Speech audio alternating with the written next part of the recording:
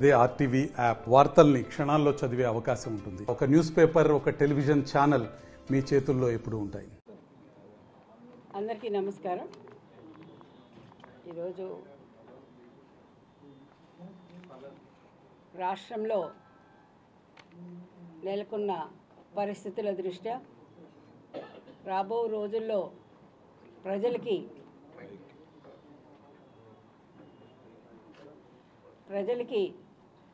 భరోసా ఇవ్వాలి అని మన తెలుగుదేశం పార్టీ జాతీయ ప్రధాన కార్యదర్శి అయినటువంటి నారా లోకేష్ బాబు గారు దాదాపు 220 రోజులు 3101 కిలోమీటర్లు రాష్ట్ర వ్యాప్తంగా పర్యటించి ఆయన మరి యువగళం ద్వారా మరి ప్రజలకు ఉన్నటువంటి అన్ని వర్గాల ప్రజలకి, ఇటు యువత కావచ్చు, అటు మహిళలు కావచ్చు, కార్మిక వర్గం కావచ్చు, అన్ని వర్గాల వారిని కూడా ఆయన పరామర్శించుకుంటూ అన్ని వర్గాల వారికి కూడా మరి ఎలాంటి ఇబ్బందులు ఈ ప్రభుత్వంలో ఎదురయ్యాయి, వాటిని ఏ విధంగా మనము మరి వాళ్ళకి భవిష్యత్తుకు ఒక భరోసా ఇవ్వాలి అనే ఒక ధీమాతో ఈ రోజున శంఖారావం పూరించబోతున్నారు.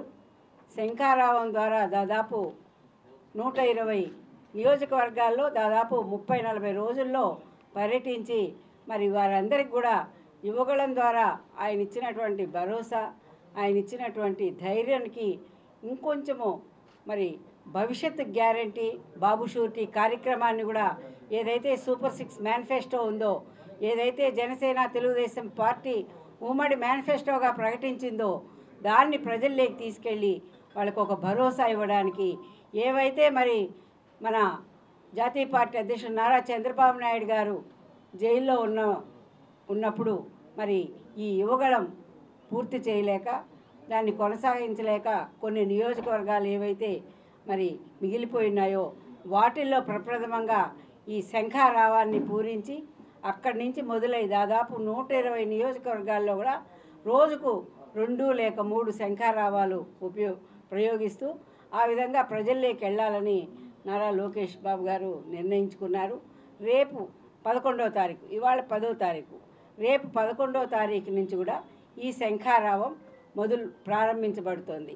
కాబట్టి మనం చూసాం యువగళం ప్రజలు ఎవరంతకు వాళ్ళు, యువత, మహిళలు అందరూ కూడా మరి అత్యుత్సాహంతో ఈ యువగళంలో పాదయాత్రలో పాల్గొని వారంతా కూడా మరి నారా లోకేష్ బాబు గారికి ఒక ధైర్యాన్ని నింపడం జరిగింది. మరి అదే ధైర్యంతో ఈ రోజున మొక్కవోని ధైర్యంతో ఈ శంఖారావాన్ని కూడా పూరించడానికి రేపే మరి నారా లోకేష్ బాబు గారు సమాయత్తం కాబోతున్నారు.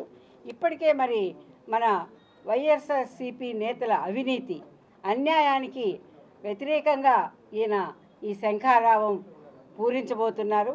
అదేవిధంగా ఈ రోజున జగన్ రెడ్డి ప్రభుత్వంలో బాధితులుగా మారిన అన్ని వర్గాల ప్రజలకు కూడా ఈ రోజున ఈ సూపర్ 6 మేనిఫెస్టో ద్వారా మరి వారికి భరోసా ఇవ్వబోతున్నారు. సూపర్ 6లో మహిళా శక్తికి మరి 4 పథకాలు ఇచ్చారు. 18,000 ప్రతి మహిళకు, 18 సంవత్సరాలు నిండినటువంటి మహిళకి, మరి 15,000 రూపాయలు ప్రతి ఒక్క బిడ్డకు చదివించుకోవడానికి, అదేవిధంగా 3 గ్యాస్ సిలిండర్లు ఉచితంగాను, అదేవిధంగా ఉచిత బస్సు ప్రయాణము.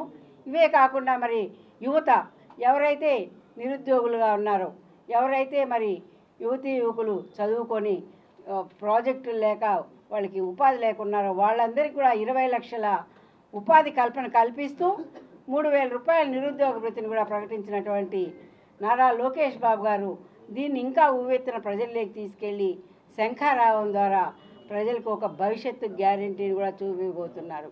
అదే కాకుండా ఈ రోజున మరి P4 ద్వారా కూడా, P4 అంటే పేదరికం నుంచి మరి ధనిక వర్గానికి రాష్ట్రంలో ఉండేటువంటి ప్రజలందరినీ చేరువ చేయాలని, ఒక కుటుంబంలో మరి మహిళ ఉంటే మహిళ ద్వారా ఆ కుటుంబం పాలన మెరుగుపడాలి. అదేవిధంగా యువత ఉంటే, యువతీ యువకులు చదువుకుంటుంటే వాళ్లకు అండదండలుగా ఉండాలి. అదేవిధంగా చదువుకొని ఉద్యోగాలు లేనటువంటి నిరుద్యోగులకి అండదండలుగా ఉండాలని కూడా ఈ మేనిఫెస్టోలో అద్భుతమైనటువంటి సూపర్ 6 విధానాన్ని తీసుకొచ్చి ప్రజలకు చేరువవుతున్నటువంటి నారా లోకేష్ బాబు గారి శంఖారావం మరి ఈ రోజున విజయ డంకా మోగించబోతుంది.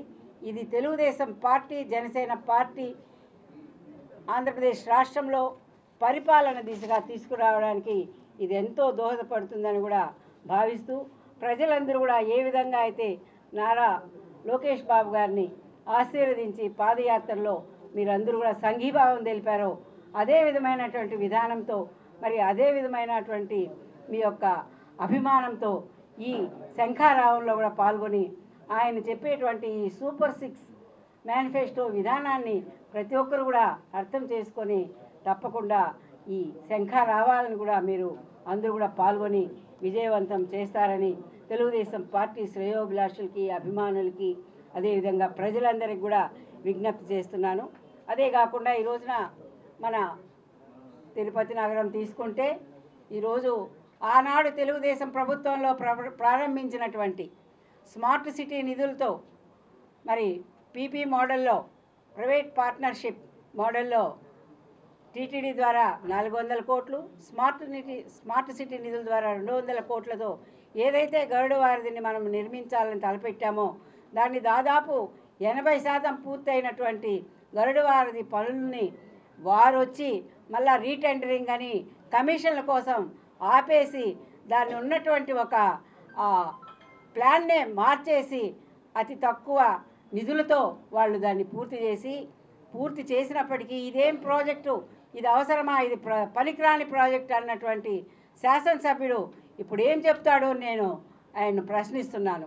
ఈ రోజున ఆ గరుడ వారధి దాదాపు 50 ఫ్లైఓవర్లు ఆంధ్రప్రదేశ్ రాష్ట్రంలో ఈ దేశంలో నిర్మిస్తే నెంబర్ వన్ గరుడ వారధి నిలిచిందంటే అది చంద్రబాబు నాయుడు యొక్క దూరదృష్టి, అది ఆయన యొక్క విజన్ అని కూడా ప్రజలందరూ ఈరోజు కొనియాడుతున్నారు. కాబట్టి ఈ పాలకులకు చెప్పేది ఏంటంటే, ఇక్కడ ఉన్నటువంటి శాసనసభ్యులు పనికిరాని ప్రాజెక్ట్ అన్నటువంటి ఆయన ఈరోజు ఏం సమాధానం చెప్తాడో తప్పకుండా అతను ఇలాంటివన్నీ చెప్పినందుకు ఈ రోజున ఒక చైర్మన్గా అప్రతిష్ట పాలవుతున్నందుకు కూడా వెంటనే రాజీనామా చేయాలని కూడా మేము డిమాండ్ చేస్తున్నాం.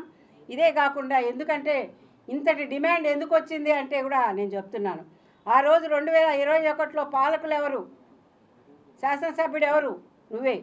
మరి అటువంటి నీ శాసనసభ్యత్వంలో తిరుపతి నగరంలో దాదాపు 22 మంది హై క్యాడర్ కలిగినటువంటి ఐఏఎస్ ఆఫీసర్లు సస్పెండ్ అయ్యారు అంటే మరి అది నీ నిర్వాహం కాదా?